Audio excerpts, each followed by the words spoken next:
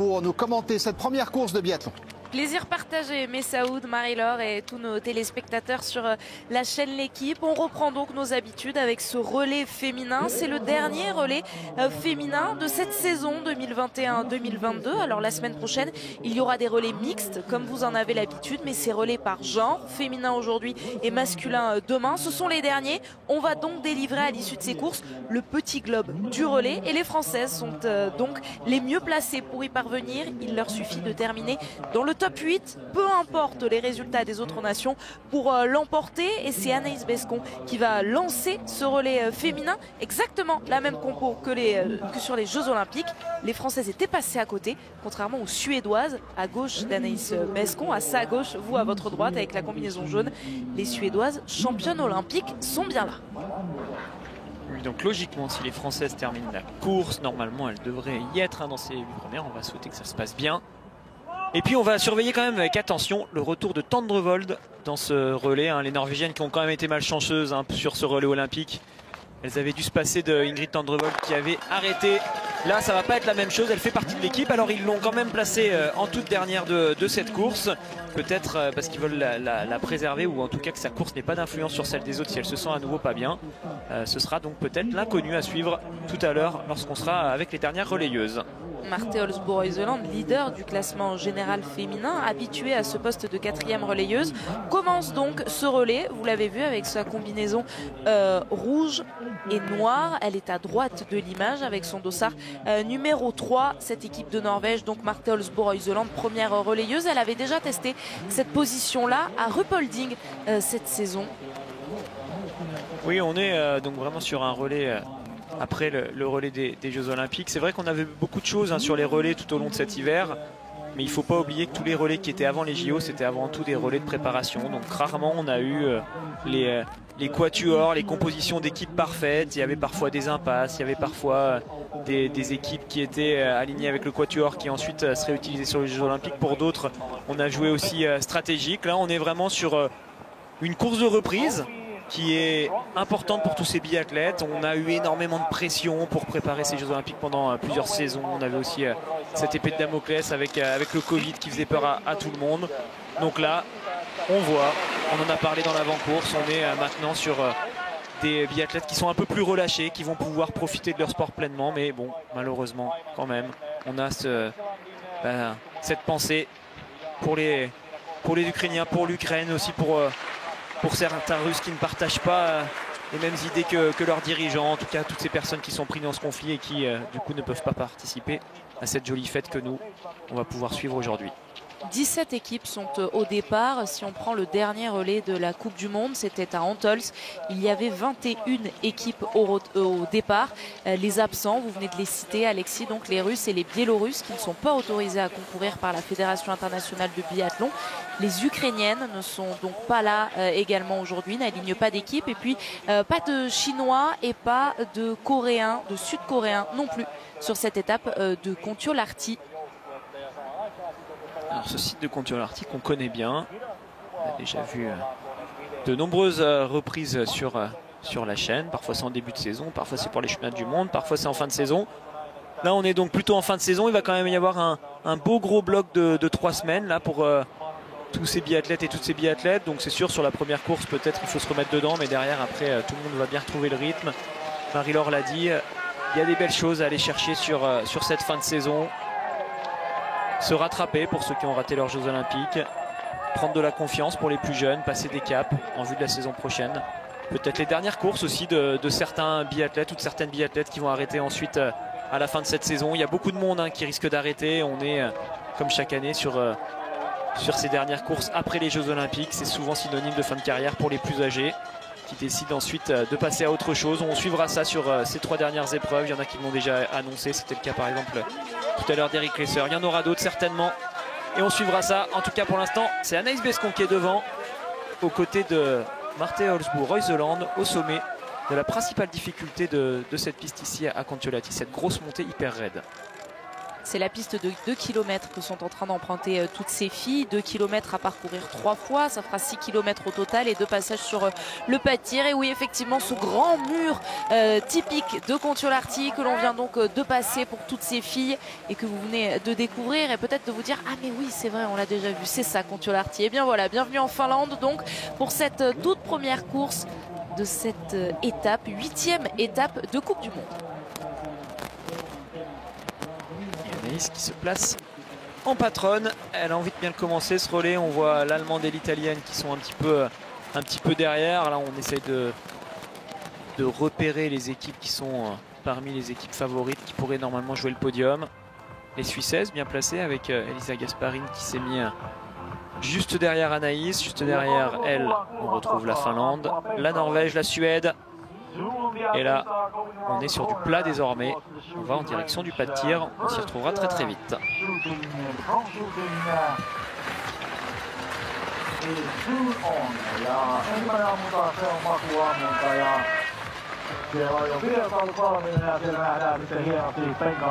Un tir couché pour débuter ce relais féminin. Chaque biathlète aura un tir couché et un tir debout à chacun de ses passages. Et on le découvre justement, ce pas de tir. Et on voit ce drapeau finlandais à côté du drapeau ukrainien en soutien aux Ukrainiens. On les voit un petit peu bouger ces drapeaux donc sur le pas de tir. Oui, ces fanions ils bougent hein, d'une manière générale. Quand on est à Kontiolahti, on le sait, il y a du vent. C'est pas un pas de tir qui est super bien protégé. Il y a toujours des mouvements comme ça aérologiques qu'il faut bien surveiller. Pour l'instant ça commence bien pour la Suissaise, pour l'Américaine. C'est terminé déjà pour l'Autrichienne Anaïs qui rentre bien dans sa course et qui va pouvoir ressortir avec les 2 premières. Impeccable pour Anaïs Bescon qui va sortir dans le groupe de tête. C'est également le cas pour l'Italie, pour l'Allemagne, la Norvège à l'instant avec Marte Olsbo-Reuseland qui a eu besoin de piocher mais à une seule reprise. En revanche pour Lynn Persson, la championne olympique, ça coince un petit peu sur ce pas de tir. Elle va laisser ses concurrentes partir avec un petit peu d'avance. Pas grand chose toutefois, vous le voyez, personne ne va sur l'anneau de pénalité, en tout cas parmi les grandes nations que l'on avait cochées. Et la Suède va donc pouvoir partir avec une vingtaine de secondes de retard sur la tête. Personne n'y va, Elin Persson n'y va pas non plus. Elle va donc pouvoir essayer de rattraper ses 21 secondes. Elle peut revenir sur un premier tour comme ça, enfin sur un premier tir. On va voir le deuxième tour. Petit moment où ça se regroupe devant, ça pourrait ralentir et lui permettre à la Suédoise de revenir. C'est vraiment ça hein, qu'on va essayer. Si finalement il y a une personne qui finit par y aller, regardez la Finlandaise je crois, qui y va sur cet anneau de pénalité à domicile. Elle n'aura pas réussi à gérer ce pas de tir. Je le disais, hein, c'est vraiment un pas de tir en fait qui est piégeux. Il n'y a pas de vent très très violent. Par contre, on peut avoir comme ça un vent qui vous décale 1 ou 2 balles. Et Lynn Persson certainement, un petit peu à l'image de ce qu'on a vu avec Marte Olsbo-Reuseland. Alors Marte Olsbo-Reuseland, ça a plus l'air d'être une erreur de sa part avec cette balle qui part en haut à droite. Mais peut-être que Lynn Persson s'est fait avoir par un vent qui était légèrement différent que celui de ses réglages. Et devant, c'est très bien joué au niveau stratégique. Pour Anaïs, elle voit que ses principaux adversaires, les équipes les plus redoutables, ne sont pas là. Donc elle décide de reprendre la course à son compte et d'engager pour essayer de creuser les écarts avec la Norvège, la Suède par exemple. Anaïs Bescon qui semble vraiment être partie le couteau entre les dents, on le sait, elle l'a exprimé. Grosse déception, grosse désillusion qu'elle a exprimée à l'issue des Jeux Olympiques de ne pas avoir amené 2 médailles, notamment sur cet exercice qu'elle apprécie tant, celui du relais féminin. Oui, c'est sûr que ça doit être une déception pour Anaïs de ne pas avoir eu de médailles sur ces JO. Alors des médailles aux JO, elle en a déjà, mais elle aurait bien sûr aimé en avoir cette année également. Elle l'a largement déjà dit, elle a bien fait part de sa frustration qui est tout à fait compréhensible sur le fait de ne pas avoir réussi à en récupérer cette année, de ne pas avoir réussi avec le relais féminin. Et certainement qu'elle y pense encore un petit peu aujourd'hui là sur cette course qu'elle a envie de bien faire et de montrer qu'elle l'a mérité peut-être au fond de cette médaille. Alors Marte Olsbo-Reuseland est en train de faire l'effort pour revenir. Juste derrière elle, on le voit, il y a l'équipe d'Allemagne. Là clairement, hein, si on cherche les grosses équipes de ce relais, on va dire qu'il y en a 4 avec la Suède, l'Allemagne, la Norvège et la France. On peut peut-être rajouter les Italiennes. Et donc si vous voulez bien suivre ce qui se passe, c'est surtout pour l'instant la Suédoise qui a perdu gros sur ce premier tir.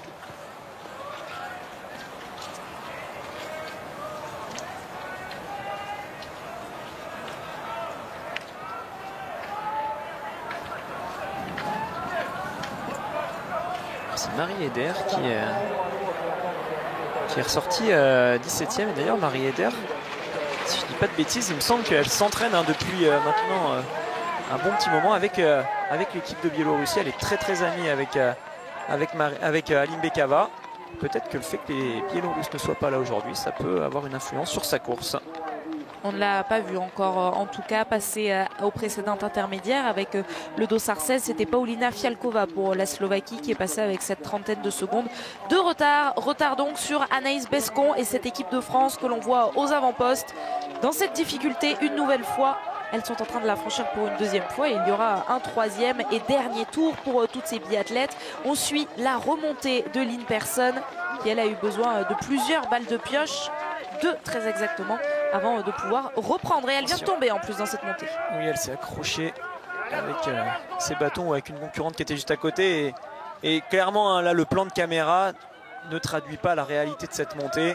Elle est beaucoup plus raide en vrai. Là, on a l'impression que ça monte, oui, mais que ça monte de manière somme toute relative. En vérité, c'est un mur extrêmement raide. C'est clairement l'une des montées les plus raides qui m'a été donné de faire en compétition en biathlon. Alors comment elle a fait? Est-ce que c'est... Ouais, elle s'est accrochée avec la polonaise qui lui a marché sur le ski.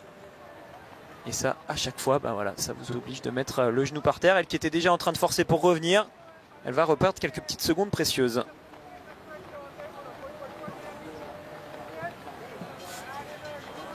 La bonne stratégie de la part d'Anaïs Bescon qui force tout le monde à produire un effort très important dès ce deuxième tour, notamment Marte Olsbu-Reuseland qui était ressortie du pas de tir avec presque 11 secondes de retard sur la tête. Et la Norvégienne qui est en train de donner le maximum pour revenir avant d'arriver sur le pas de tir sur Anaïs Bescon qui va pouvoir une nouvelle fois s'installer à sa cible de réglage, la cible numéro 1. C'est très bien géré pour l'instant. Marte Olsbu-Reuseland, bon, c'est la plus forte hein, sur cette saison, donc elle a fini par revenir sur Anaïs, mais en tout cas Anaïs, je trouve, a super bien géré son effort.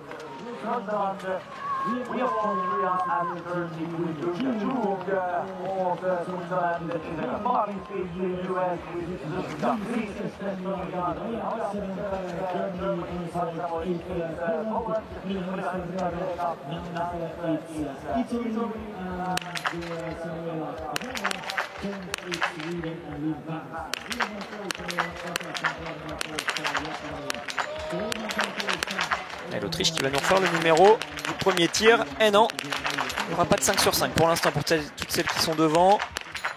Et c'est Marte Olsbu-Reuseland qui a été la plus rapide à tirer. Certes, elle a eu besoin d'une balle de pioche, mais elle l'a blanchi assez rapidement. Cette cible, elle va ressortir effectivement avec Lynn Persson, elle qui a fait le 5 sur 5. Une nouvelle erreur pour Anaïs Bescon.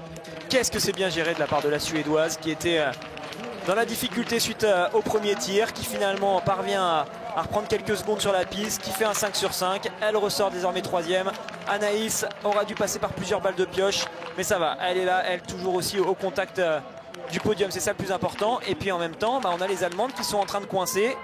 Attention, parce que là, ça pourrait leur coûter très cher si elle la rate celle-ci. Vanessa Voigt limite la casse, a eu besoin de ces 3 balles de pioche, mais va pouvoir ressortir sans aller sur l'anneau de pénalité. Mais plus de 30 secondes de retard maintenant pour cette équipe allemande qui était en bronze à Pékin lors des Jeux Olympiques et qui va ressortir juste derrière l'Italie en 13e position. Avec pas mal de retard, 42 secondes de retard, ça fait beaucoup. Marie Eder qui était donc allée sur l'anneau de pénalité sur le tir couché se retrouve à nouveau face aux cibles. Là aussi, il y aura encore des pioches à utiliser. C'est vrai que Voigt, elle s'est mise dans le dur, elle qui normalement est quand même une fille assez performante sur le pas de tir. On va voir ce qu'elle est capable de faire sur la piste. En tout cas, Marte Olsbu-Reuseland devant, ça risque de faire des dégâts, peut-être de rendre les écarts encore plus importants.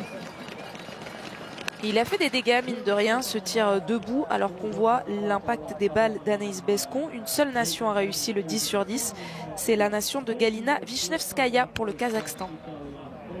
Première balle qu'elle a ratée était en bas à droite. Et ensuite, c'est plus sur ces balles de pioche qu'elle a eu du mal. Elle a dû en utiliser plusieurs. C'est ça qui est difficile en relais. Celle-ci est perdue en bas à gauche.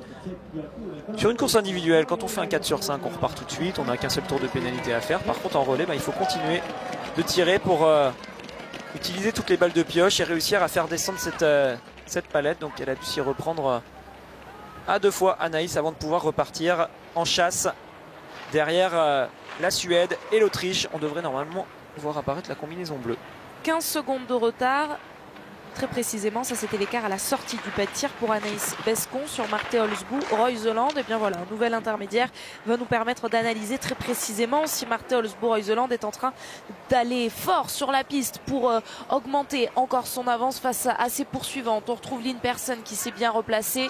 Dunja Zduk pour cette équipe d'Autriche et juste derrière la combinaison bleue d'Anaïs Bescon qui pour l'instant tient bien, toujours cette petite quinzaine de secondes de retard. Oui, c'est resté avec le même écart pour la Suédoise et la Française par rapport à la Norvégienne. C'est l'Autrichienne qui a un peu plus de mal, Zduk, mais ça on pouvait s'y attendre. Et on va regarder ce que ça donne en termes de retard. Donc pour l'Allemagne qui arrive là-bas au fond, combinaison noire, bonnet rouge il me semble pour Voigt. Elle était ressortie à 42 secondes. Ça va toujours être au moins le même retard, même peut-être un tout petit peu plus. Non, 41,4. Elle est là, Voigt, c'est un bandeau, c'est pas un bonnet rouge qu'elle a. Et elle le sait, que là, il va falloir qu'elle essaye de limiter la casse au maximum pour que ses coéquipières aient encore une chance de revenir.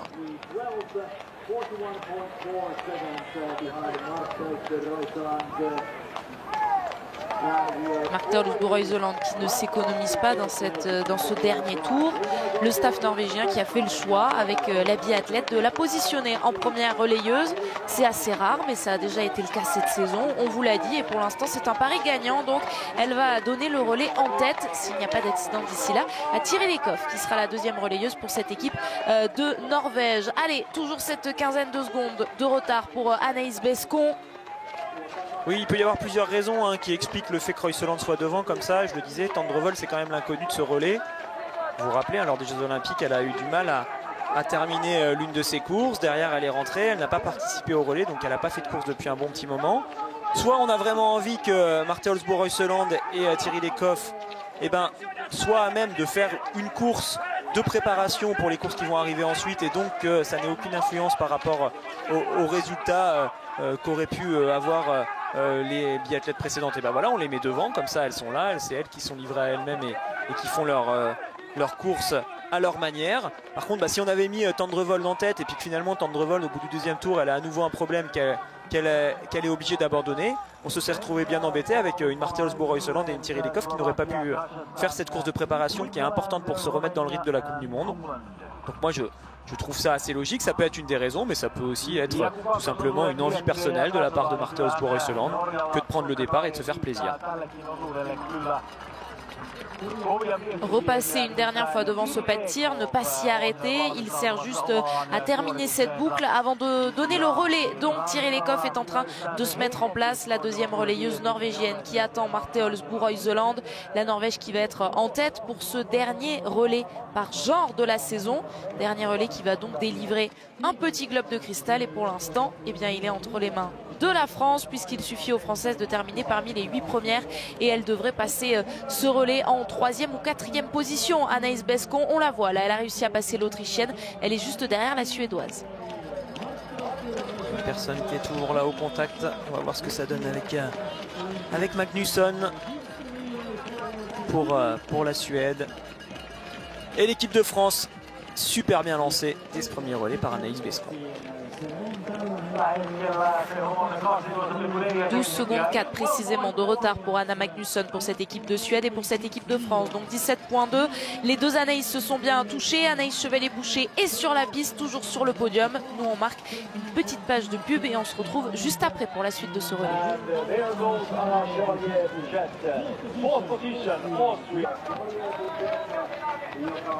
Anaïs Chevalier-Boucher et la France toujours sur le podium de ce relais féminin, le dernier de la saison, avec un trio là, Anna Magnusson pour la Suède, Lisa Teresa Hauser pour l'Autriche. Ces trois nations qui sont en train d'essayer de revenir sur Tiril Lekhoff. C'est la Norvège qui est pour l'instant en tête de ce relais.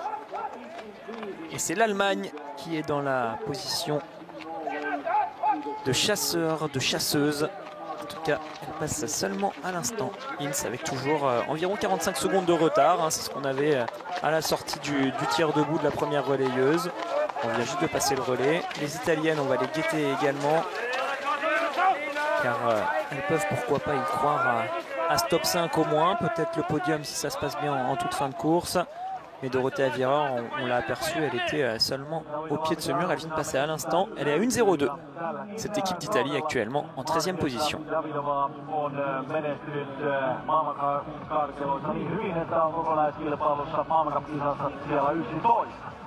Thierry Lekhoff qui a dû cette saison quand même ravaler certainement un peu sa fierté, elle qui était vraiment la leader de cette équipe norvégienne sur les saisons, en tout cas la saison précédente. Cette année, Marte Olsbo-Røiseland est quand même au-dessus. Elle a été au-dessus sur la Coupe du Monde, elle a été au-dessus pendant les Jeux Olympiques, mais je trouve que Thierry Lekhoff a bien réagi. Elle avait l'air malgré tout assez satisfaite de ses compétitions. Elle qui était à un moment donné sur ce début de saison quand même bien dans le dur. Elle s'en sort pas trop mal avec des jolies médailles.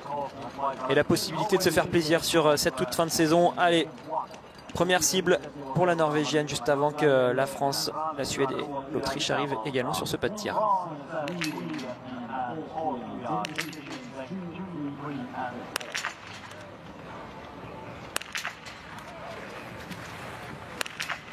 Et elle se fait plaisir dès le premier tir de ce relais pour Thierry Lekhoff. Pour les deuxièmes relayeuses, elle va garder la tête de cette course. Anaïs Chevalier-Boucher a tiré sa première balle, elle est dehors.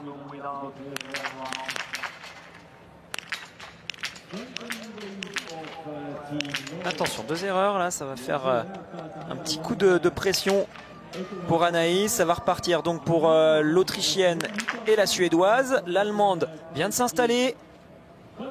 S'il y a un anneau de pénalité, ça pourrait permettre justement à cette équipe d'Allemagne de repasser devant la France.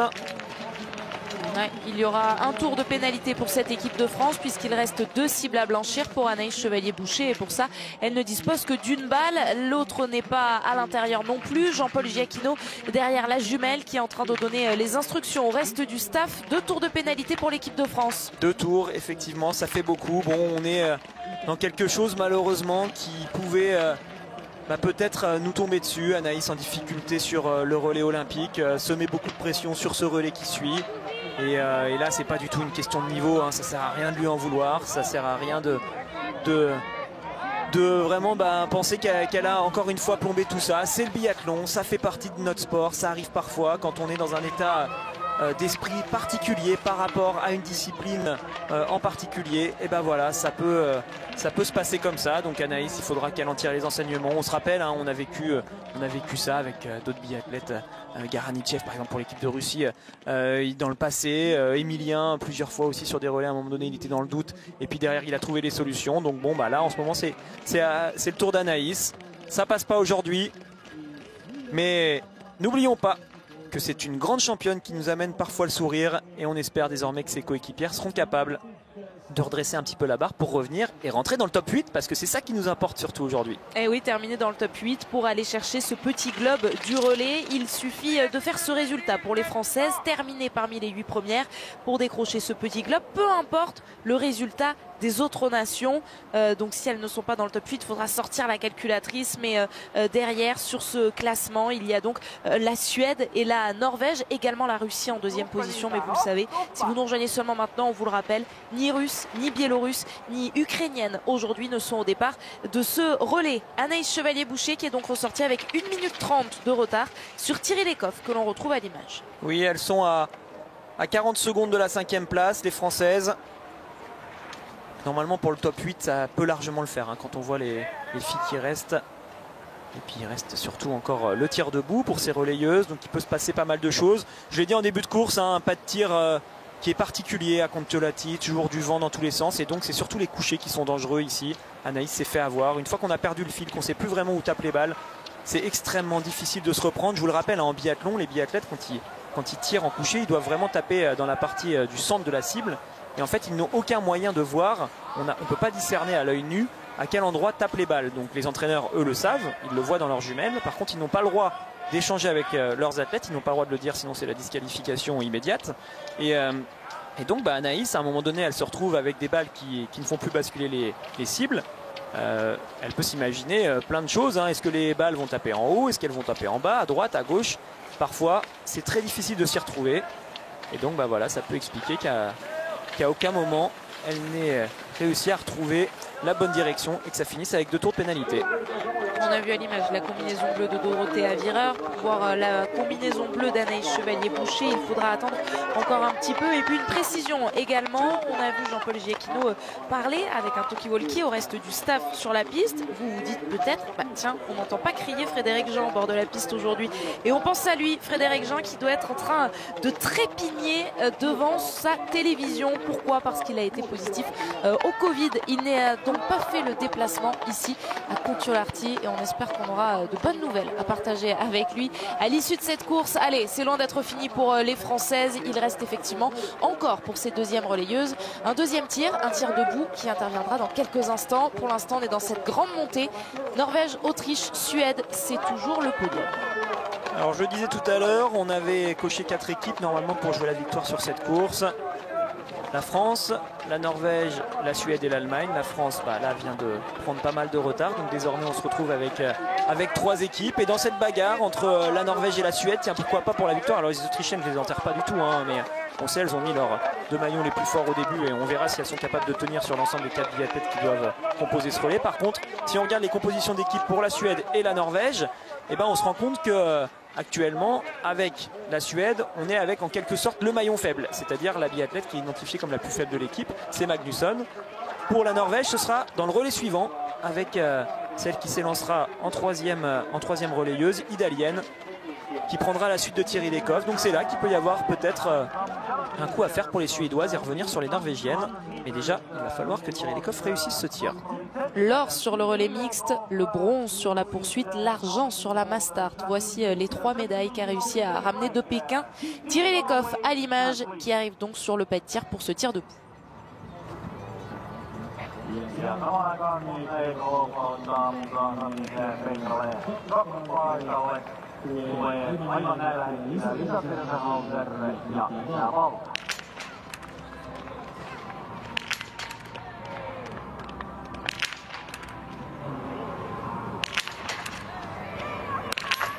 Une petite erreur qui va lui faire perdre une poignée de secondes, peut-être l'occasion pour Lisa Teresa Hauser de réduire un petit peu l'écart à la sortie du pas de tir. Si elle réussissent à sortir avec quasiment le même écart, pour l'instant la première balle, les 2 premières balles sont dedans pour Lisa Teresa Hauser. Thierry Lekhoff va repartir, mais l'Autrichienne, elle aussi, part à la faute. Et oui, si elles veulent y croire à ce podium, il faut à tout prix que Lisa Teresa Hauser fasse un beau relais. Et là, malheureusement, avec 2 pioches, elle va permettre peut-être à des équipes dangereuses comme l'Allemagne et l'Italie de se replacer. Ah, dommage là pour Lisa Teresa Hauser, c'est en train de coincer, plus droit à l'erreur, sinon c'est la note pénalité. Magnusson pour l'instant débute bien. Et ça y est, Dorothée Avireur et Ince sont bien installés. Et le très beau tir pour Anna Magnusson qui a fait le boulot, hein, vraiment ce qu'on attendait d'elle avant de passer le relais à Anna et Elvira Auberg. Un tour de pénalité pour l'Autrichienne Hauser. Et Ince met la pression, vous l'avez vu. Elle a mal commencé son tir, elle s'est redressée, elle a bougé un peu ses jambes. Pourquoi pas voir Dorothée Avireur ressortir 3e.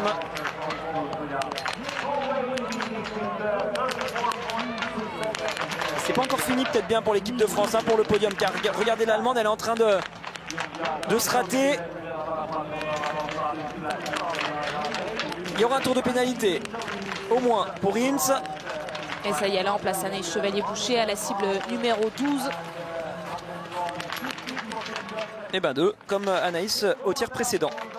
En plus c'était un tir très long, hein. Ça va faire les affaires d'Anaïs qui va finalement pouvoir y croire à nouveau. Alors oui, les Italiennes sont là, mais on le sait, sur le relais suivant ça risque d'être un peu plus dur pour les Italiennes. Il y a une petite possibilité, je pense, pour l'équipe de France de revenir à un moment donné dans la course au podium. Mais il va vraiment falloir que Julia et Justine soient excellentes si on veut y croire à nouveau. Et ça fait grimacer forcément le coach de cette équipe d'Allemagne avec les 2 tours de pénalité pour Vanessa Ince. On voit la petite erreur, voilà, elle est en bas cette balle pour Thierry Lekhoff, mais une seule erreur pour la Norvégienne qui est ressortie avec plus de 30 secondes d'avance sur Anna Magnusson. La Suédoise en 2e position. Anaïs Chevalier-Boucher est ressortie en 10e position avec toujours 1 minute 30 de retard sur la tête. Et Ince n'est toujours pas sortie de la note pénalité. Elle met du temps, hein. Elle a perdu beaucoup de temps, hein, l'Allemande là. Sur ce tir, elle a tiré extrêmement doucement. Plus de tours de pénalité, ça y est, elle vient de ressortir l'Allemande, 15e position à 2,05. C'est-à-dire 35 secondes de retard sur l'équipe de France qui est désormais 10e à 1,30. La 4e place et même le podium, la 3e place est à en gros 30 secondes, 33 secondes très exactement pour Anaïs. Et en attendant de voir Anaïs Chevalier-Boucher sur cette piste pour son dernier tour, on fait un détour par la zone mixte. Anaïs Bescon est déjà avec vous, Tanguy Kérois et Pierre Esquer. Oui, qui vient de s'égosiller sur le bord de la piste pour encourager Anaïs Chevalier à la sortie du pas de tir. Il y a eu des craquantes là sur ce tir debout, donc il y a encore la possibilité de remonter sur le podium, mais c'était mal engagé avec son tir couché. Oui, voilà, alors moi j'encourage comme si ça pouvait changer quoi que ce soit, si ça pouvait la pousser ou l'aider, je donne de la voix, c'est tout ce que je peux faire. Et attendre et prier un peu peut-être, mais ça reste du biathlon, hein, on a l'habitude maintenant. On a déjà vu de tout, alors j'ose espérer que ça peut tourner encore en notre faveur. Hein. Aujourd'hui, moi j'avais une bonne glisse, je pense que ça peut aider. C'est pas facile après un retour de Pékin qui a été mouvementé, des contextes compliqués. Je pense qu'il y a pas mal d'athlètes qui peuvent aussi être un petit peu à côté du vélo, je sais pas. On va attendre la fin de la course. Vous en tout cas vous avez fait un très beau relais avec des temps de ski pas très loin de ceux de Marthe-Reuseland à une douzaine de secondes d'elle. C'est positif ça en début de mois. Ouais, tout à fait. Surtout que je savais pas trop où j'en étais. Un petit peu ce retour sur cette neige qui glisse, qui est un peu surprenante parce que du coup j'ai des appuis assez fuyants qui sont un peu difficiles. J'ai l'impression d'avoir du mal à pousser sur mes skis. J'ai l'impression d'être un petit peu à côté. Et voilà, c'est un sentiment de vitesse qu'il faut réapprivoiser un petit peu. Mais j'avais vraiment, je pense, de bonnes jambes aujourd'hui, donc ça va être bien pour la suite de la semaine. Et peut-être du cristal à la fin de la course, il faut être dans les 8 premières équipes, c'est ça hein? Ouais, je compte pas pour l'instant parce que ça m'angoisse. Voilà, je l'ai dit, ça me stresse, j'ai envie, mais ça dépend pas que de moi maintenant. Merci Anaïs. Une course d'attente désormais pour Anaïs Bescon qui va devoir regarder ses copines. Anaïs Chevalier-Boucher donc qui termine ce tour, et puis ensuite Justine Brezas-Boucher et Julia Simon pour terminer le boulot pour l'équipe de France. Et devant, les écarts sont en train de s'agrandir pour la Norvège qui prend vraiment la tête de cette course. Mais je l'ai dit, hein, tout à l'heure, on a les deux Norvégiennes les plus rapides qui étaient aux 2 premiers relais, alors que les 2 Suédoises les plus rapides sont aux 2 dernières places. Donc ça peut peut-être s'inverser entre la Norvège et la Suède pour la victoire. Peut-être que ça se jouera entre ces 2 nations. Bon, ça reste du biathlon, Anaïs vient de le dire. Il y a encore quand même 4 tirs à effectuer. Donc beaucoup de choses peuvent se passer. Et Thierry Lecoff va passer le relais à Idalienne avec beaucoup d'avance.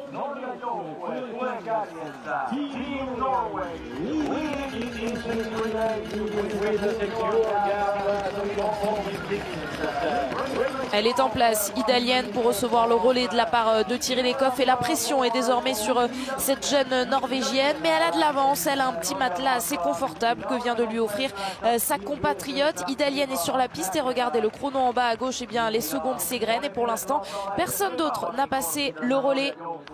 La Norvège est pour l'instant tranquille. On attend Anna Magnusson. On a vu Anna Öberg qui était prête à elle aussi se mettre en évidence. Regardez, Anna Öberg, elle est à gauche. Elle attend Anna Magnusson qui est à droite, qui passe là devant les cibles avant de tourner un virage sur la droite et de donner le relais à Anna Öberg.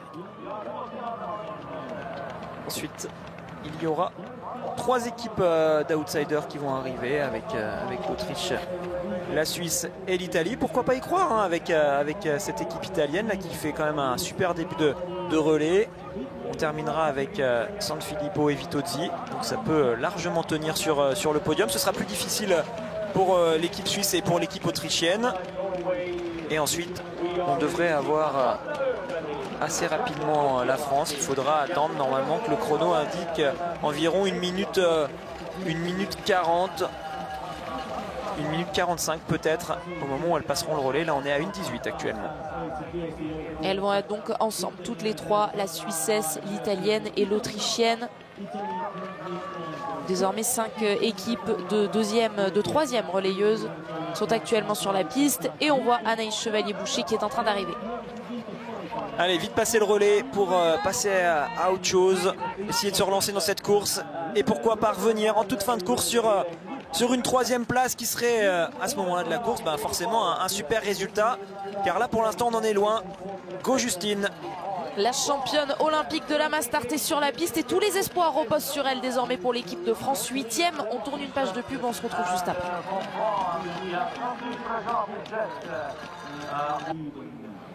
Vous tombez à pic, la Norvégienne Idalienne s'installe sur le pas de tir pour son premier et des 2 tirs.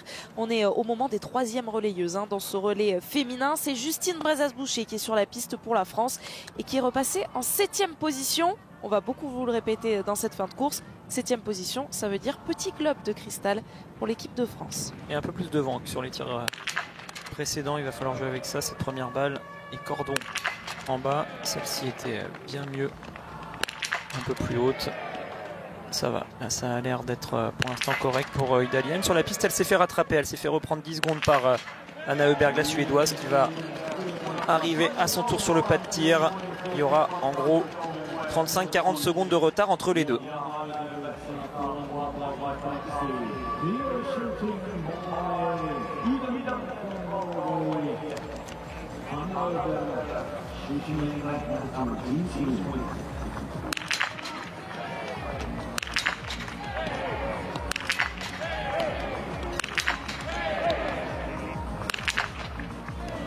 Elle n'est pas dedans, cette dernière balle pour Anna Heuberg. Pourtant, on ne voit pas l'impact des balles, mais en tout cas, on a deviné une belle vitesse d'exécution. Et les 4 premières qui sont tombées. Oui, attention, parce que le vent a légèrement changé là depuis qu'elle est en train d'essayer de descendre cette dernière cible. Elle a un peu cassé son rythme qui était très bon. C'était un tir parfait où elle aurait pu reprendre du temps. Finalement, elle peut perdre beaucoup. Il va falloir qu'elle s'applique et qu'elle trouve la solution. Federica Sanfilippo fait un super tir. C'est elle qui va pouvoir repasser en 2e place. Ça y est, Anna Heuberg va pouvoir se remettre de ses émotions et repartir avec la Suissesse. Justine Brezas-Boucher s'est installée à son tour sur sa cible. Ah, c'est fou en biathlon comme ça peut aller vite d'un côté ou de l'autre. Vous l'avez vu, Anna Heuberg qui faisait un tir magnifique. Vraiment les 4 premières balles hyper vite. Elle casse un tout petit peu son rythme, le vent change. Elle sait plus où elle est, elle perd une balle, 2 balles. Et après c'est la dégringolade. Heureusement elle a réussi à se reprendre. Par contre Justine malheureusement va avoir le couteau sous la gorge pour ce dernier tir. Enfin ces 3 dernières balles, plus droit à l'erreur, sinon c'est à notre pénalité à chaque fois. La première balle de pioche a réussi à arriver jusqu'à cette première cible. Il reste 2 balles de pioche pour atteindre les 2 dernières cibles. Pour l'instant, Justine Brezas-Boucher arrive à placer toutes ses balles de pioche. Elle évite la note pénalité. Allez, cette dernière munition. Et la France va pouvoir ressortir sans ajouter 150 mètres supplémentaires. Elles sont enlisées un petit peu là dans ce relais, les Françaises, les Allemandes. On va voir ce que ça donne. Preuss va se replacer. Voilà, c'est ces 2 équipes là pour l'instant qui calent un peu et qui n'arrivent pas à être à leur niveau. Justine va donc ressortir 9e. On vous le rappelle, cet objectif du top 8 pour aller chercher le petit gomme du relais, il est pas loin, mais il va quand même falloir à un moment donné faire les choses dans le bon ordre pour que ça puisse fonctionner. La même chose pour Preuss. Il y a la possibilité à un moment donné de revenir sur le podium, mais il faut se reprendre une bonne fois pour toutes car les Italiennes sont en train de mettre une option sur ce podium actuellement. Et elles, c'est sur la victoire qu'elles sont en train de mettre une option. Je parle des Norvégiennes. C'est Idalienne qui est à l'image. Allez, il reste encore du temps dans ce relais. Après, on le débriefera évidemment en plateau avec Messeud Benterki et Marie-Laure Brunet. Ça nous emmènera jusqu'à l'équipe de Greg pour débriefer toute l'actualité foot autour de Grégory Hachard à partir de 17h15. Et notez également le rendez-vous du soir sur la chaîne L'équipe du football. Demi-finale de la Coupe d'Espagne à 21h. Le Betis Séville reçoit Rayo Vallecano à partir de 20h55 même, autant pour moi, demi-finale de Coupe d'Espagne. Donc ça c'est le programme du soir, mais le programme de l'après-midi, il est 15h16, il est 16h16 même à Kontiolahti, 1 heure de plus en Finlande, et la France joue pour ce top 8. Elle était revenue à environ 35 secondes, Anna Heuberg. Finalement avec ses 3 balles de pioche elle a reperdu du temps. Elle passe à 51 secondes de la Norvégienne. C'est pas encore complètement terminé cette histoire, mais on le sent. Les Norvégiennes, pour l'instant, tiennent bon. Et il aurait fallu que Anna Heuberg soit parfaite pour revenir mettre la pression à Idalienne pour qu'on puisse y croire à nouveau. Normalement, on va finir avec Tendrevol. Alors, je le disais tout à l'heure en début de relais, ça risque d'être quand même un petit peu l'inconnu sur ce relais. Mais bon, elle a dû faire toutes les analyses médicales qu'il fallait. Et si elle est alignée sur la course du jour, c'est que quand même normalement ça devrait tenir pour elle. Après on verra ce que ça donne face à Elvira, qui peut être ultra rapide sur cette piste. Vidalienne est déjà au sommet de cette montée très raide. Elle retourne en direction du stade.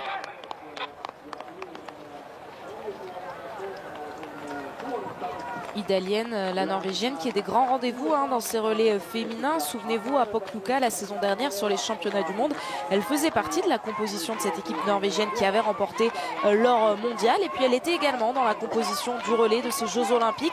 Elle avait plutôt assuré, en tout cas derrière la carabine, le plein sur le coucher, une seule faute sur le debout. Mais les Norvégiennes, vous en souvenez peut-être, ont terminé juste au pied de ce podium en 4e position. Pour l'instant, elles sont bien premières. En 2e position, c'est Anna Öberg, la suédoise. L'italienne Federica Sanfilippo est 3e. Le podium pour l'instant, le voici, Norvège, Suède, Italie.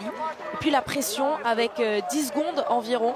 C'est Aïta Gasparine qui est en train de la mettre pour la Suisse. Les Françaises étaient à en gros 1 minute du podium lorsqu'on est reparti du tir. On va voir ce que ça donne une fois qu'on passera sur cet intermédiaire là qui est tout en haut. États-Unis, République tchèque, Autriche, l'Estonie également qui est toujours devant l'équipe de France. Et normalement on devrait voir Justine apparaître. Elle était ressortie avec 15 secondes de retard sur l'Estonienne Justine. Ça y est, elle est là et 10 secondes derrière elle. Normalement il doit y avoir l'Allemande. Elle est là, Preuss. C'est vraiment ces deux équipes qu'on va suivre pour voir si elles sont capables de remonter. Et on bascule déjà tout de suite sur ce pas de tir pour le tir debout pour Idalienne.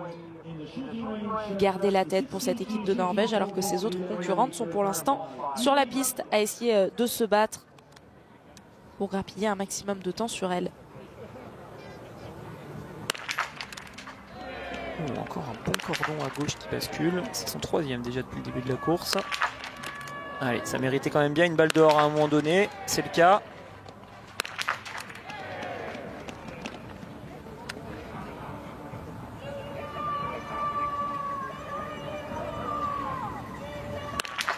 De la chance, de la réussite, et voilà la Norvège donc qui a à peine perdu une dizaine de secondes sur ce nouveau tir et qui va pouvoir ressortir en tête, toujours pas inquiété par la Suède d'Anna Öberg. Ah, c'est bien fait pour Idalienne.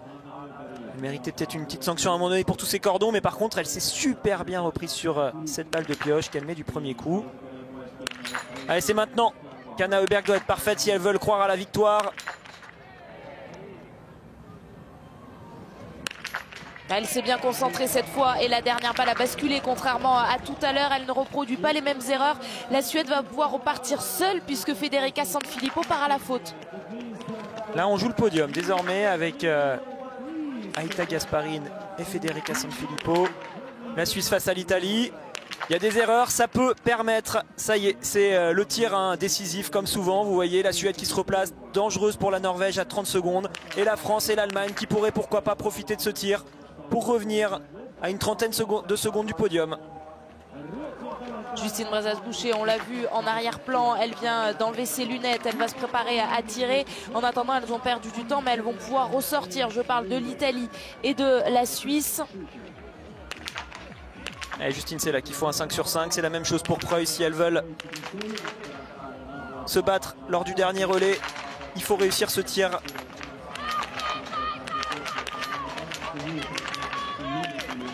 Ça commence mal, ça commence très très mal pour Justine. Là encore, plus droit à l'erreur sur ces 3 dernières balles, sinon c'est notre pénalité.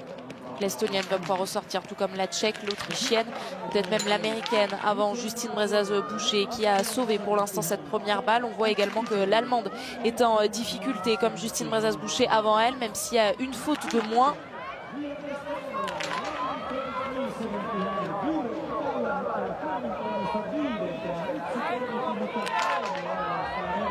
Et Franziska Preuss va pouvoir ressortir avant Justine Brezas-Boucher qui évite toutefois la note pénalité.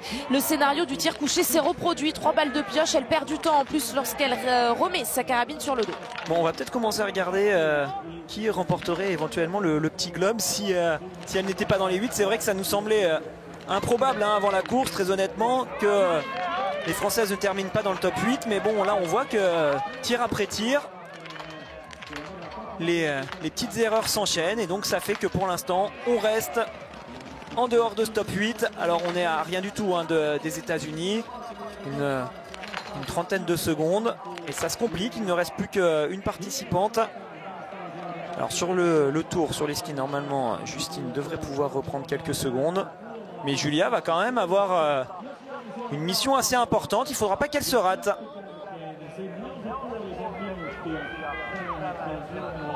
Et Anna Heuberg, je trouve qu'elle a là aussi super bien réagi. Un petit peu comme son tir couché, elle a très bien tiré ses 4 premières balles. Derrière, elle casse un peu son rythme pour essayer de terminer du premier coup.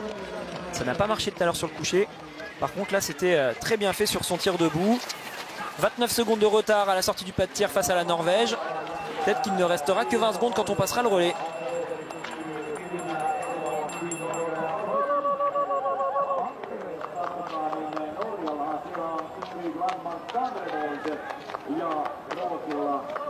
Et avant même de passer le relais, il y a cet intermédiaire tout en haut de cette grande montée qui va peut-être nous montrer déjà que l'écart se réduit entre Idalienne et Anna Heuberg. Vous l'avez dit Alexis, 29 secondes d'écart entre la Norvège et la Suède à la sortie du 6e tir de ce relais. Ça tient j'ai l'impression pour Idalienne. Qui va peut-être même avoir un petit peu plus. On va toujours être à peu près à ce retard. Il va y avoir 27 secondes de retard pour la Suède. Elle n'est pas beaucoup revenue là dans ce tour. Elle n'a repris qu'une seconde, même pas, sur la Norvégienne qui tient très bien. Idalienne, ça peut être une fille à surveiller sur cette fin de saison. Ça peut être une surprise. On a passé les Jeux Olympiques. Elle est encore assez jeune. Elle a de belles choses à nous montrer. Pourquoi pas la découvrir sur un podium lors des 3 courses. Enfin des 3 week-ends de compétition qu'il reste. Alors on est en train de sortir la calculatrice, vous vous en doutez, en régie, même s'il reste encore le passage d'une dernière relayeuse, Julia Simon, donc pour l'équipe de France. Et en l'état, si la Norvège termine en première position, la Suède en 2e et la France en 10e position, c'est pour l'instant la position de Justine Brezas-Boucher à la sortie du pas de tir. Le petit globe est toujours entre les mains de la France, puisque sur ce classement du petit globe du relais, il y a la France en première position, la Russie en 2e position, mais les Russes ne sont pas là aujourd'hui. La Suède en 3e position et la Norvège en 4e position. Si la Suède venait à l'emporter, ça rebattrait évidemment toutes les cartes. Mais voilà, je vous ai fait le point à ce niveau de la course. Et puis on va attendre désormais de voir surtout ce dernier relais et le passage de la ligne avant de vous donner tous les résultats. Il va y avoir une belle bagarre, un beau spectacle pour la 3e place. Il peut se passer énormément de choses. Normalement sauf catastrophe pour l'une des filles, pour les 2 premières places, ça semble quand même bien embarqué pour soit la Norvège, soit la Suède, soit la Suède, soit la Norvège. Peu importe l'ordre, mais les 2 premières places en tout cas leur semblent promises. Mais derrière, on a des équipes favorites qui sont loin avec la France et l'Allemagne, mais qui peuvent pourquoi pas encore avoir l'espoir de remonter. Des équipes outsiders qui sont actuellement 3e, 4e, 5e. Ça va être chouette à suivre. Allez, c'est parti donc pour Tendrevold là aussi. On va essayer de regarder la façon dont elle gère sa course.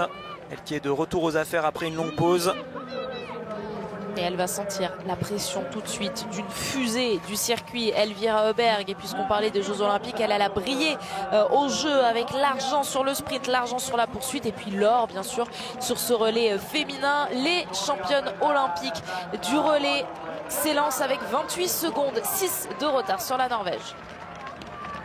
Et l'Italie pourrait bien y être sur ce podium car il y a eu un très beau relais de la part de Federica Sanfilippo et on termine avec Lisa Vitozzi. Alors Lisa Vitozzi, on le sait, cette saison c'est un petit peu à double tranchant. Sur les relais c'est excellent, sur les courses individuelles c'est beaucoup plus délicat avec très souvent 5 cibles ratées en un seul tir. On va voir ce que ça va donner aujourd'hui. Normalement à chaque fois qu'elle a bien réussi ses relais, c'est quand elle partait en début de course. Là aujourd'hui elle doit terminer, assurer le podium. Ce qu'elle semble moins apte à maîtriser cette saison, Lisa Vitozzi, c'est justement les situations où il y a du stress lié à un éventuel résultat qui pourrait être bien. Donc aujourd'hui ça va peut-être la mettre en difficulté. On suivra ça, c'est surtout sur le tir couché qu'on l'attend et qu'on regardera ce qui se passe.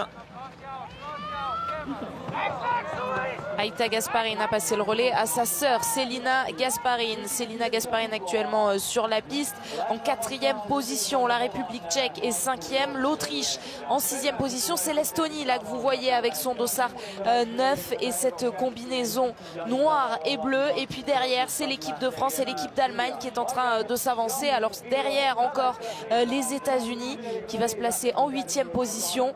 Et donc Justine Brezaz était en train d'arriver, Justine Brezaz-Boucher, pour donner le relais à Julia Simon. Du côté de l'Allemagne, Franziska Preuss va donner le relais à Denise Herrmann. Oui, alors on va regarder justement les dernières relayeuses. Pour la Norvège et Tendrevold, je me suis déjà beaucoup étendu sur le sujet. Normalement c'est une très bonne relayeuse, mais avec les petits soucis qu'elle a eu au JO, on verra. Elvira Heuberg qu'on a à l'image, là pas de soucis. Révélation quand même de cet hiver. Certainement prétendante au titre du Gros Globe dès la saison prochaine. On verra ça. Donc là-dessus, ça devrait normalement faire un bon relais. Lisa Vitozzi, je viens d'en parler. Là aussi, normalement excellente relayeuse, mais avec des petits doutes sur ses tirs couchés, ça peut à un moment donné peut-être poser des problèmes. Ensuite, derrière, on a la Suisse avec quand même Selina Gasparine qui est une relayeuse expérimentée. Donc ça pourrait faire un beau relais pour la République tchèque. Charvatova, rapide sur les skis, mais normalement sur le pas de tir, là c'est un peu plus compliqué pour elle. Et en même temps, on vient de voir sur les tablettes qu'il y avait une étoile. Ça me coupe dans ce que j'étais en train de dire, qu'il y avait une étoile à côté du chrono de l'équipe de France. Alors ça, c'est pas bon.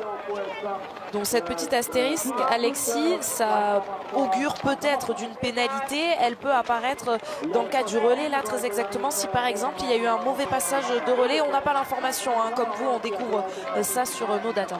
Ça veut dire que leur temps est à prendre de manière inofficielle. Elles sont actuellement classées 9e à 2,04. Mais il peut y avoir plusieurs raisons. Soit elles ont oublié un anneau de pénalité ou une balle. Dans ce cas-là, c'est 2 minutes de pénalité. Soit elles ne se sont pas touchées au moment du passage de relais. Là aussi, ça devrait être 2 minutes de pénalité. Ou soit à l'inverse. Ça peut être un problème qu'elles ont rencontré. Et dans ce cas-là, on leur enlèverait du temps. Ça les remettrait plus haut. Donc pour l'instant, je ne peux pas dire si c'est une étoile qui irait dans le mauvais sens pour les Françaises, c'est-à-dire qu'il leur rajouterait une pénalité et donc il leur ferait perdre encore plus de temps et donc encore plus de place par rapport à leur classement où elles sont 10e actuellement, ou si au contraire c'est quelque chose qu'elles ont subi et donc il faudra leur enlever du temps. Si Tanguy qui est sur place arrive à avoir des informations, ça pourra nous être utile. Oui, évidemment, Tanguy Queiroz et Pierre Esquer, nos 2 envoyés spéciaux, sont sur le coup. On essaie de vous faire remonter l'information au plus vite. Donc il y a un petit astérisque à côté du nom de l'équipe de France. Qu'est-ce que ça signifie dans cette fin de course? Eh bien, on va essayer de le savoir. Pour le moment, on peut vous dire que l'équipe de France a passé le relais en 9e position. Et donc devant pour terminer avec ces dernières relayeuses, donc j'en étais à la République tchèque, Charvatova, ça peut tenir. Par contre pour l'Autriche et l'Estonie, là on est quand même avec des biathlètes d'un rang inférieur. Pour les États-Unis c'est la même chose, donc logiquement ça devrait permettre à Denise Herrmann et à Julia de repasser devant. Ingrid Tendrevold pour la Norvège arrive sur le pas de tir. Pour l'instant, physiquement, ça semble ok dans ce premier tour. Ouais, elle est comme d'habitude en train de tirer la langue, c'est sa spécificité. Donc si elle le fait, c'est que tout va bien.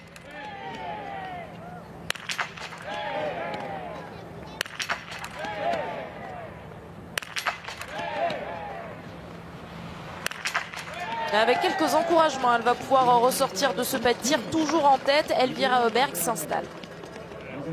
Très très bien géré de la part de Tendrevold. Ne commettre aucune erreur, ne pas laisser d'espoir à Elvira Heuberg.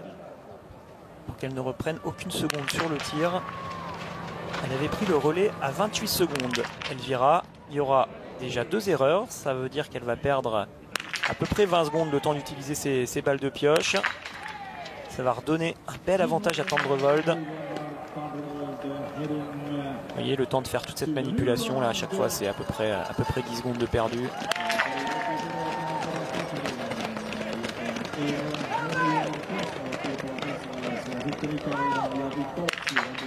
Allez, elle est dedans cette dernière balle, elle laisse de l'air à Tendrevold, mais elle va pouvoir ressortir quand même avant que Lisa Vitozzi ait tiré sa première balle. En plus, elle est dehors, la première balle pour l'Italienne. On a eu peur sur la première balle, mais ça semble aller pour Lisa Vitozzi, qui n'aura donc qu'une balle de pioche à tirer. et qui la met en plus, qui va donc pouvoir rester sur ce podium provisoire. Frédéric Jean confié à Tanguy Queiroz juste avant la course: si j'étais entraîneur italien, ça fait longtemps que j'aurais mis Lisa Vitozzi en dernière position. Alors est-ce que ça va être une stratégie payante aujourd'hui? C'est seulement la deuxième fois que Vitozzi est alignée sur ce poste de 4e relayeuse, et pour l'instant l'Italie est sur le podium et la Suisse met toujours la pression sur cette équipe italienne. Julia Simon arrive pour la France sur le pas de tir. Alors normalement c'est là que ces deux équipes pourraient se replacer et ressortir 5e et 6e. Mais il y a toujours cette étoile à côté du chrono de l'équipe de France. Pour l'instant on n'a pas plus d'informations, donc on ne sait pas si ça penche du bon ou du mauvais côté pour les Françaises. Allez, entre les Allemandais et les Françaises, pour l'instant c'est l'Allemande qui s'en sort le mieux. Et qui ne va pas avoir besoin d'aller piocher pour blanchir ses 5 balles. Elle va pouvoir ressortir. Julia Simon, elle, a dû prendre une balle de pioche, mais elle pourrait ressortir à peine quelques secondes après. Mais une nouvelle fois, la balle n'atteint pas la cible. Bon, quand ça veut pas en biathlon. Et là, depuis le début, c'est compliqué, sauf pour Anaïs Bescon. Hein. On le rappelle, qui avait quand même fait un excellent premier relais. Mais on pensait que ce petit globe était acquis pour les filles de l'équipe de France. Et bien encore une fois, le biathlon nous réserve toutes ces surprises. Il y a une astérisque et en plus il y aura un tour de pénalité pour Julia qui vient de rater sa dernière balle de pioche et qui va donc perdre encore 30 secondes de plus sur la note pénalité. Elles sont déjà 9 équipes à être ressorties. 2,30 de retard pour Charvatova. Ça va ressortir à presque 3 minutes pour Julia. Et Tanguy Queiroz, sur place, vous avez peut-être un début d'explication. Oui, l'IBU est en train de chercher si Justine a bien effectué Justine Brezaz Boucher a bien effectué tous ses tirs et toutes ses balles de pioche. Ils n'ont pas été capables de me dire s'ils cherchaient sur le tir couché ou sur le tir debout, mais ils ne sont pas sûrs que Justine ait effectué tous ses tirs, donc ils sont allés discuter avec elle. Pierre a filmé l'image. Dès qu'on en sait plus, on vous le dit. Et on a pu les voir, on peut les voir là, ces images à droite de votre écran, donc les officiels de la Fédération internationale qui sont en train de parler avec Justine Brezaz-Boucher pour savoir si elle a bien tiré toutes ses balles. On le sait, Alexis, hein, les chargeurs doivent être vidés par les biathlètes lorsqu'elles quittent le pas de tir. Oui, alors Justine, si je regarde bien les bonnes informations que j'ai là sur le data center de l'IBU, là où j'ai toutes les données, elle n'a pas fait de tour de pénalité, donc logiquement elle a tiré assez de balles. Peut-être que la question c'est de savoir si elle n'a pas tiré trop de balles. Est-ce qu'elle n'aurait pas utilisé 4 balles de pioche au lieu d'en utiliser que 3? C'est peut-être ça la question, parce que sinon je comprends pas trop pourquoi il se pose la question, vu que de toute façon elle a utilisé à chaque fois des pioches et qu'elle n'est pas allée sur la note pénalité. Donc c'est peut-être ça, peut-être qu'à un moment donné, notamment sur le coucher où elle a beaucoup tiré, peut-être qu'elle a utilisé 4 balles de pioche. Enfin bon, c'est toujours la même chose hein, depuis la cabine de commentateur, c'est pas facile de tout voir. On attendra d'avoir plus d'informations, en tout cas ça discute, et donc c'est par rapport au tir de Justine qui a cette étoile. Si jamais elle a oublié de tirer une balle ou qu'elle en a tiré une de trop, ce sera 2 minutes de pénalité. Donc ça veut dire que les Françaises qui sont actuellement à 2,55 vont se retrouver à 4,55.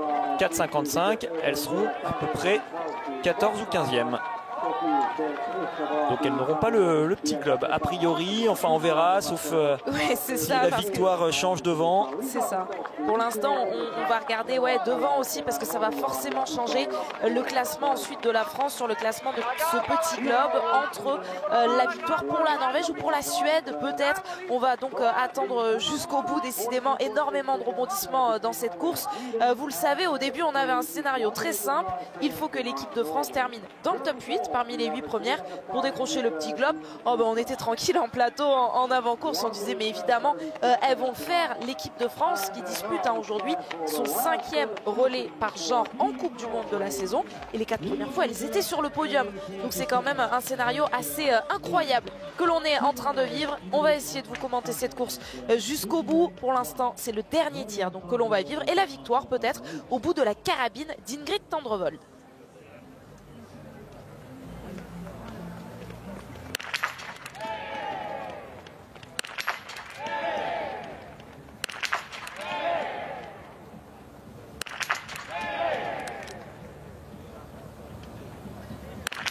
Il lui reste un tour à parcourir pour aller chercher la victoire à Ingrid Tendrevold. On avait quelques incertitudes sur son état de forme. Pour l'instant, elle nous montre qu'elle est en forme. Et ce qu'on va attendre surtout de Tendrevold, c'est voir comment elle finit. Vous vous rappelez sur la poursuite, c'était dans le dernier kilomètre qu'elle avait explosé tout d'un coup, qu'elle avait fait son malaise. Et c'était suite à ça qu'elle avait ensuite quitté les Jeux Olympiques. Mais retour gagnant quand même pour la Norvège, a priori, sauf catastrophe dans le dernier tour. Et donc on pourra regretter quand même que cette année, il n'y ait pas eu cette belle équipe type au départ du relais sur les JO pour la Norvège. Allez, la Suède qui avait, elle par contre, gagné. Pourquoi pas récupérer la deuxième place et laisser à bonne distance l'Italie. Et pendant ce temps-là, on est toujours concentré sur ce qui se passe pour Justine. Le jury est en train de se demander si au lieu de remettre directement la balle de pioche, Justine ne l'aurait pas mise dans son chargeur. Ça, c'est interdit par contre. Donc là aussi, ça fera 2 minutes de pénalité. Allez, ça repart pour les Suédoises qui vont aller chercher la deuxième place. Lisa Vitozzi aura une balle de pioche pour s'offrir le podium. Ah, et quel tir de Lisa Vitozzi. Vous avez vu la rapidité de l'italienne. Alors certes, la première était dehors, mais c'est bon, elle a pu prendre une balle de pioche pour blanchir cette dernière cible. Et ce podium qui ne devrait donc pas bouger. 1 Norvège, 2 Suède et 3 Italie. Lisa Vitozzi ressort avec 1 minute de retard, mais elle a de la marge sur Selina Gasparin, la Suissesse, à l'image. Oui, ça va faire. Normalement, le podium devrait rester comme ça. Peut-être une jolie place pour les Suissesses. Attention, elle ouvre la porte à Denise Herrmann qui va s'installer dans quelques instants et qui pourrait aller récupérer la 4e place grâce à ce tir.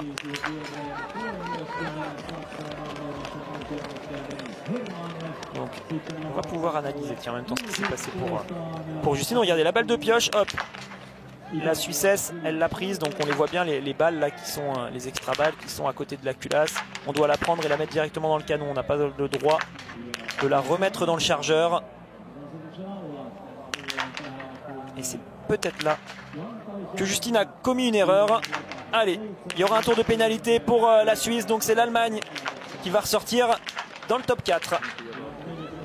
La 4e position pour Denise Herrmann. Un tour de pénalité pour Selina Gasparin. Il y aura également un tour de pénalité pour l'Autrichienne qui n'a pas encore tiré ses 3 balles de pioche. Mais elle n'en a que 3. Et désormais plus que 2 pour blanchir les 3 cibles restantes. Vous l'aurez donc compris, elle va aller sur cet anneau de pénalité et s'ajouter 150 mètres supplémentaires. Alors physiquement ça semble possible, en tout cas là par rapport à la position de Julia, ça semble possible de réintégrer ce top 8. Par contre on sera quand même toujours suspendu à cette décision du jury là, sur des caméras supplémentaires. Je vois que c'est en train de beaucoup parler là dans le staff de l'équipe de France. On fait des grands gestes et on discute avec Justine. On va attendre de voir ce que ça donne déjà à la sortie du tir pour Julia. Il y avait pas mal d'erreurs devant, donc elle pourrait revenir. Vous voyez, elle vient de réussir son tir, donc oui, normalement elle va ressortir 6e ou 7e. Elle sera bien dans le top 8. Par contre, si à un moment donné il y a 2 minutes de pénalité, ça va tout changer. Ça va les faire reculer de pas mal de places.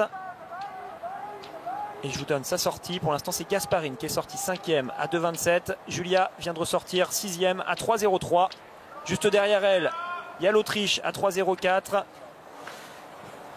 et les États-Unis à 3,6, l'Estonie à 3,14.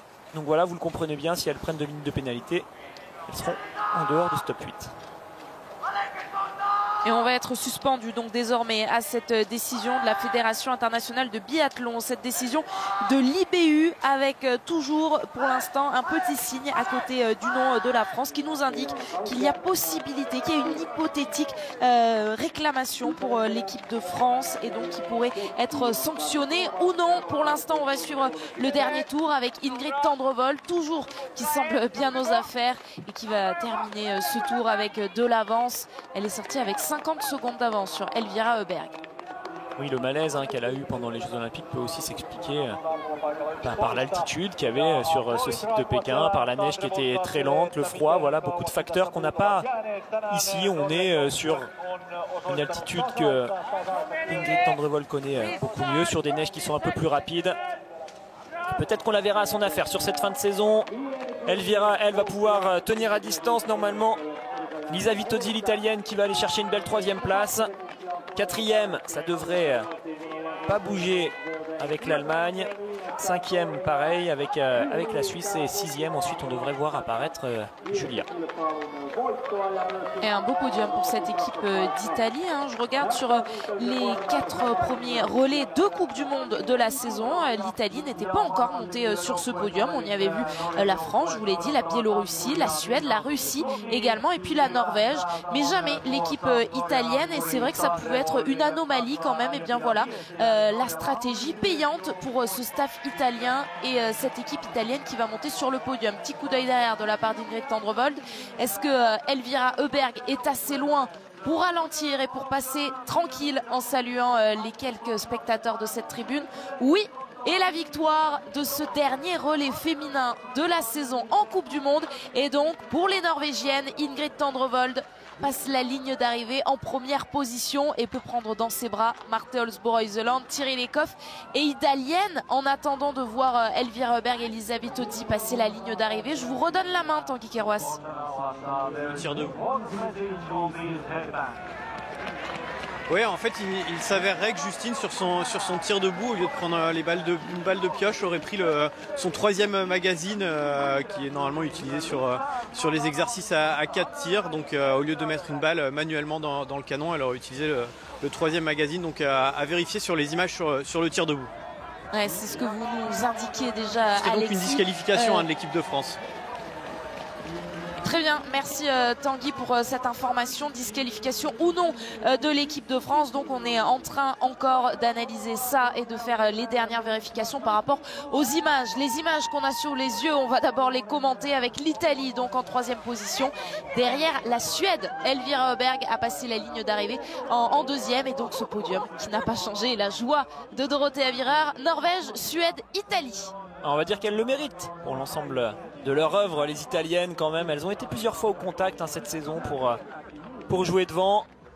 Il y a 2 équipes qui se sont quand même ratées aujourd'hui.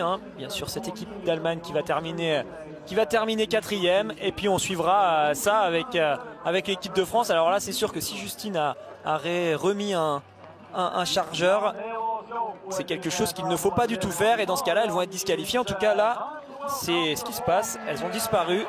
Et donc elles ne sont plus classées, les Françaises. Et Justine Brezas-Boucher est en zone mixte justement avec Tanguy Kerouas et Pierre Escar pour nous donner ses explications.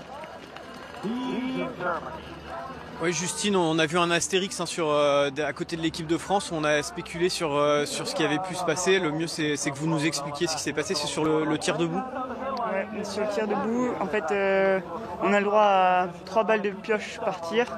J'en avais 6 sur ma carabine, sauf que j'en ai perdu une en extractant une de mes 3 balles sur le coucher. Elle est tombée dans la fosse. J'ai pas pu la récupérer, donc sur les 3 balles de pioche que j'ai utilisées sur le debout, j'ai engagé un chargeur.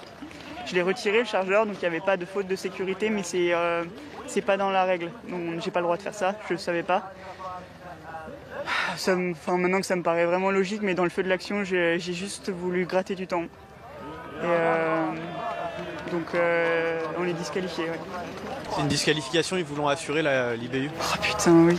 Et en plus on est 6e, je suis dégoûté, je suis vraiment désolé.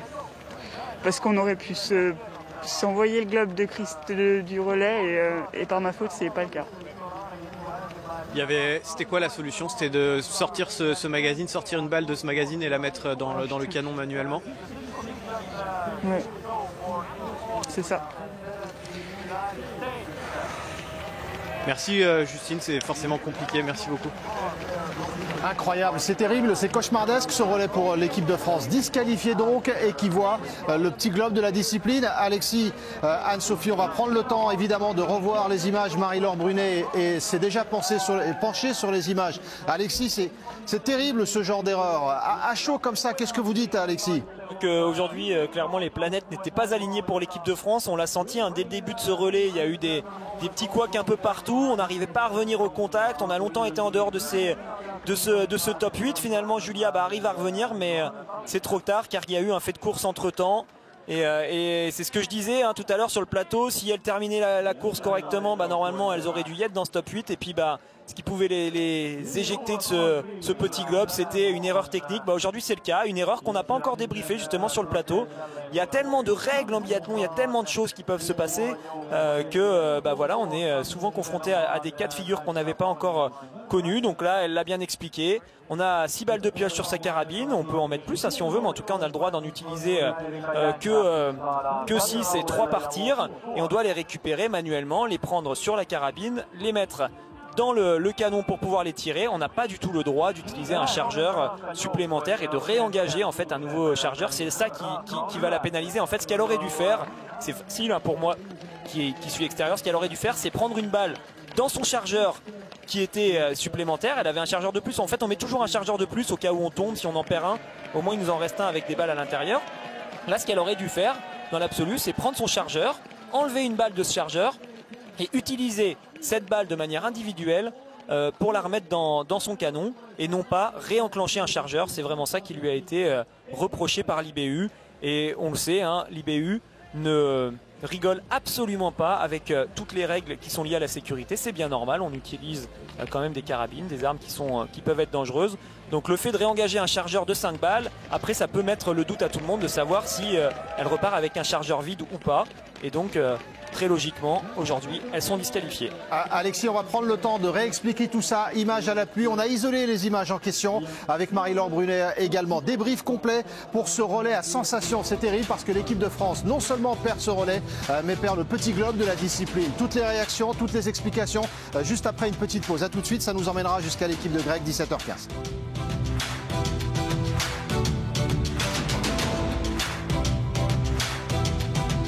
Est disqualifié, racontez-nous. Je l'ai pris là il y a 30 secondes, donc là je suis verte. Je me suis fait la pole, j'ai mis toutes mes tripes, j'étais tendue. Je foire mon coucher, je me dis bon allez c'est bon, il y a le debout, ça peut jouer, t'es pas loin, ça peut jouer, ça peut remonter. J'étais triste en passant la ligne parce qu'on a quand même fait une course de merde, mais en me disant bon allez t'as limité la casse, on a ce globe qui récompense nos relais de tout ce début de saison. Nos derniers relais, voilà, celui-là plus celui des Jeux sont pas bons. Mais voilà, depuis 10 ans, on n'avait pas eu ce globe, donc on avait à cœur. Ça fait quelques années qu'on a l'impression que l'équipe est très forte, qu'on peut enfin commencer à jouer les classements nations, tout ça. Et là, fait chier, clairement. Je suis désolée, c'est vraiment, ça se dit pas, encore moins à la télé, mais là, clairement, énorme coup moral. Ce relais, on a l'impression qu'il s'est mal passé du début à la fin. Alors il y a cette erreur technique disqualifiante, mais hormis ça, à part le premier relais qui se passe bien, on a l'impression que derrière, vous avez tout eu du mal. Ouais, après, je vais pas parler pour les filles, je sais pas ce qui se passe. Moi, quand ça se passe pas bien devant, c'est là où j'ai encore énormément progressé, c'est que je suis dans l'urgence, et dans l'urgence, j'arrive pas encore à poser mon biathlon. Mon coucher est pas si mauvais parce que finalement ça fait un 4 sur 5. Ce qui est très mauvais c'est les pioches. Les pioches, je me suis crispée, je me suis tendue, j'arrivais pas à les mettre. Et voilà, ça serait bien que j'en tire un peu des enseignements de ces relais où je pars avec le dernier relais. Clairement le dernier relais, on fait gagner le relais ou on le fait perdre. Et j'aimerais bien que même si ça se passe mal devant, réussir à faire mon beau biathlon pour parfois pouvoir ramener la France aux avant-postes, mais pour le moment j'ai peut-être pas encore les épaules pour ça, pour ce rôle-là, et voilà, j'espère vraiment que je vais continuer à progresser là-dessus, à essayer de trouver encore plus de calme et vraiment de calme derrière cette carabine et essayer d'évacuer ces enjeux quand j'arrive sur le tapis. Mais voilà, c'était vraiment ça. Aujourd'hui, c'était ce coucher qui m'a bloqué, c'est ces balles de pioche qui m'ont bloqué. Le reste n'est pas tout acheté. Mais je suis désolée, j'arrive pas à faire une analyse super constructive là. J'ai l'impression d'avoir été assommée juste avant de venir. Oui, c'était un gros objectif de fin de saison pour l'équipe, ce globe. Qu'est-ce que vous allez vous chercher personnellement sur ces 3 dernières semaines? C'est parfois dur pour certains athlètes de rester mobilisés après les Jeux Olympiques. Vous en êtes où, vous? Non, moi ça sera pas dur de rester mobilisé. Ça va surtout être très dur de se relancer après cette course-là. Clairement, mon objectif c'était ça, c'était cette course, c'était d'aller chercher ce globe. Donc moi après à terme individuel, des belles choses. Il y a encore, on a tendance à mettre les Jeux Olympiques ici. C'est ici, les émotions sont multipliées fois 1000. Mais il faut pas oublier qu'une victoire en Coupe du Monde, peut-être que derrière la télé, les personnes qui regardent maintenant l'équipe ça leur paraît dérisoire, ça leur paraît facile. Mais je peux vous dire qu'une Coupe du Monde, une victoire en Coupe du Monde, c'est pas rien. Donc j'aimerais bien réussir à aller chercher la victoire que j'ai pas eu cette année et peut-être aussi des podiums. En fait, j'aimerais surtout réussir à me faire plaisir derrière cette carabine, à revenir à un bon niveau de biathlon et faire une fin de saison qui me permettra de me dire ok, j'ai tout donné, mes Jeux Olympiques sont ce qu'ils ont été et derrière je me suis remobilisée. C'est quand même, quand j'étais gamine, quand même, la Coupe du Monde, je regardais ça, ça me faisait rêver, j'y suis, donc je vais continuer à me battre pour aller chercher des podiums. C'est pas une chose acquise, c'est pas facile d'avoir des podiums avec une équipe de France qu'on a en ce moment. On a tendance à être déçu quand il n'y a pas de podium le week-end, sur un week-end, mais c'est quand même quelque chose de grand. Donc voilà, ça sera les objectifs fin de saison. Merci Julia, et votre première victoire en Coupe du Monde, c'était ici il y a pas si longtemps, il y a 2 saisons. C'est ça, c'était là, mais ça me paraît maintenant assez loin quand même. Les choses passent vite, les temps passent vite. Merci Julia. Julia Simon d'être venue à chaud comme ça, elle en a gros sur le cœur. On devine évidemment l'énorme désillusion pour cette équipe de France. On n'est pas loin du fiasco même, Marie-Laure, sur ce relais-là malheureusement. Comme elle le disait, on attendait ça depuis 10 ans, un petit globe, et ça se passe de cette manière, la cérémonie qui commence, mais on est encore sur l'équipe de France parce qu'on est sous le choc, comme nos biathlètes. C'est une désillusion. Elle dit qu'elle a été assommée à l'annonce de cette nouvelle. C'est vrai que c'est pas évident. Ça va être dur de digérer ça parce que ce globe, c'est aussi la somme, on va dire, d'une dynamique collective. Et je pense qu'en fait, cette équipe a aussi besoin de ce genre de récompense pour mettre du lien, pour mettre une bonne énergie. Et donc forcément, il y aura beaucoup de déceptions maintenant. Voilà, il va falloir rapidement passer à autre chose parce qu'il y a des courses à aller jouer, à aller gagner. Et donc, je pense qu'elles ne doivent pas s'arrêter à ce qui s'est passé aujourd'hui. L'Italie 3e, la Suède 2e et la Norvège qui remportent ce relais. On va rester sur les images en direct. Mais Alexis, on a l'impression qu'elles vont avoir du mal justement à passer à autre chose, les filles, quand on les entend s'exprimer comme ça et quand on devine le coup de massue. C'est pas une course ratée comme ça où on va tourner. Là, on a l'impression que c'est plus que ça encore. Non ? Il y a peut-être encore un petit peu d'affect par rapport à cette médaille ratée sur le relais olympique. C'est peut-être ça en fait qui découle aujourd'hui, parce que clairement si elles avaient une médaille sur le relais olympique et qu'aujourd'hui elles s'étaient ratées de cette façon-là, personne serait extrêmement déçu. C'est juste que oui, elles voulaient se rattraper et montrer que ce relais olympique avait été une erreur, et là ça se reproduit à nouveau, donc ça les frustre. Après, clairement, là, on voit le bandeau des Norvégiennes. Bon, déjà, on va relativiser par rapport à ce relais qui est raté par rapport à tout ce qui peut se passer, et déjà être heureux de pouvoir continuer à faire du biathlon et d'avoir cette fin de saison qui, on l'espère, pourra se dérouler jusqu'à la fin sans problème. Les filles, aujourd'hui, Anaïs a très très bien commencé. Après, à aucun moment, elles sont vraiment dans la course pour le podium. Donc oui, c'est une déception, c'est une erreur de la part de Justine à un moment donné par rapport au règlement. Mais moi j'ai surtout envie de féliciter les Norvégiennes qui ont mené ce relais de bout en bout. Sur tous les passages de relais, elles ont été en tête. Les Suédoises qui répondent présentes et les Italiennes qui sont là pour compléter ça. Donc je vais plutôt retenir ça. Et puis en espérant que les Françaises, dès la prochaine course, auront un moral un petit peu meilleur. Ce sera samedi pour le sprint pour les filles, d'ailleurs, pour la suite de cette étape à Kontiolahti. Dès la fin de la cérémonie, avec les Norvégiennes, on prendra le temps de revoir ces images pour cette erreur de Justine Brezas-Boucher. On aperçoit Julia Simon à l'image à droite grâce à Pierre Esquer. On a vu Justine juste avant quitter le stade. Donc, Anne-Sophie, la Norvège qui remporte le relais, et donc le petit globe de la discipline, il revient à qui finalement ? Il revient à la Suède, ce petit globe de la discipline. La Suède qui était en 3e position derrière la France et la Russie. France disqualifiée, donc les Russes qui malheureusement ne participent pas à la course du jour. Les Suédoises se retrouvent donc en tête de ce classement du relais et elles vont le remporter. Elles font coup double. Alors coup double par rapport à la saison dernière. C'est déjà elles qui l'avaient remporté, ce petit globe du relais, la saison dernière. Elles étaient à égalité de points avec l'Allemagne. Cette fois, elles sont bien devant. Elles n'ont pas à être départagées. Et puis je disais coup double, coup triple alors, puisque ces Suédoises sont également championnes olympiques de ce relais féminin. On le sait, quand on voit les individualités, elles sont très fortes et elles l'ont prouvé une nouvelle fois. Aujourd'hui donc, avec cette 2e position derrière la Norvège, mais en remportant, c'est chose faite en tout cas. Je ne sais pas si elles l'auront aujourd'hui ou à la fin de la saison, ce petit globe qui va compléter leur collection. La fin de saison à Oslo. Donc pour la dernière étape de cette Coupe du Monde, pour la distribution effectivement des différents globes. Tanguy d'ailleurs, est-ce que vous connaissez le protocole pour la distribution des petits globes? Ce sera en intégralité à Oslo ou pas? Bah écoutez, non, pour tout vous dire, j'ai pas la réponse. Je sais que l'année dernière, il y a des globes qui avaient été distribués l'avant-dernière semaine de compétition. Mais en vrai, je vous dirais une bêtise si je vous donne de façon affirmative une réponse à cette question. Et comme c'est pas votre genre, donc pas de bêtises.